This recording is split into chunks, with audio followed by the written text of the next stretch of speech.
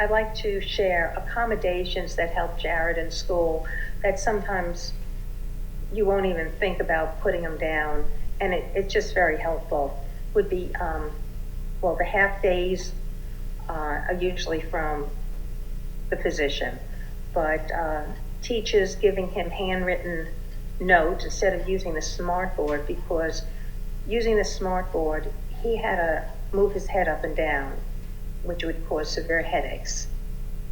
So you have to be on top of that because teachers don't want to write anything down. He also had to wear sunglasses in school because even the light, even on the smart board, the lights in the room, sometimes the lights would blink. Just, we found the cheap glasses weren't good.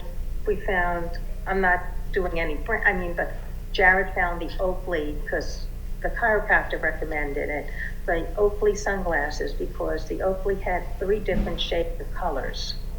And depending upon what he needed, the chiropractor would tell him what shade to use. And they would just pop into the glasses.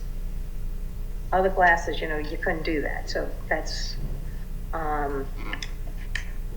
he found erasable highlights would improve critical reading, because once it got better, he would erase the highlights. We were told by this occupational therapist to put together an organizer. That was very helpful for him. He couldn't remember when to go to a class, put reminders on his phone, or reminders on I had gotten, it was a certain type of watch that he didn't like. So now they have, the smart watches and stuff. We used the noise reduction headphones, eating in the guidance office if the cafeteria was too loud. There were different, we were told by the chiropractor, different overlays, sort of like the sunglasses, to put on the computer screen. But he found by just using his sunglasses and using those colors instead helped just as well. Do pre-warning of fire drills, so he's not right on top of the fire drill. And then also, we were told by the doctor to carry a water bottle at all times, because it's important for a child with a concussion to be hydrated at all times. Not needing a note if he needs to go to the bathroom after being hydrated.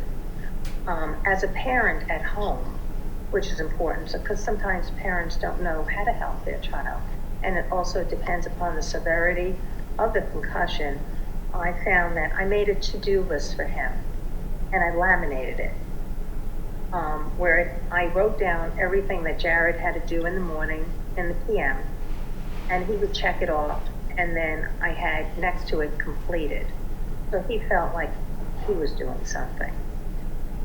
I played memory games that he hated. It was children's memory games, but it was important because this way it would help him remember.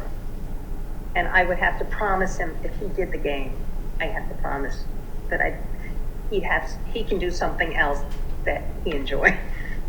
It was a give and take. I was told, because of his critical thinking of words, to play categories with him.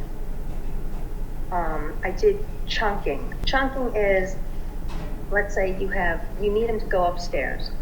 So you tell him, I want you to bring the pencil, your shoes, and your hat upstairs. And you say your pencil and your hat. You tell him to do 2 things. And hopefully he'll do 1.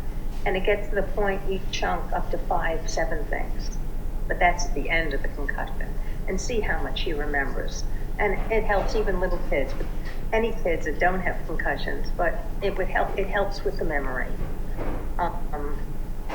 And write notes on 4x6 cards. Until this day, because he's doing neuroscience, it still helps him to recall everything. So a lot of things they can take with them as an adult, as college student, and wherever, to do this.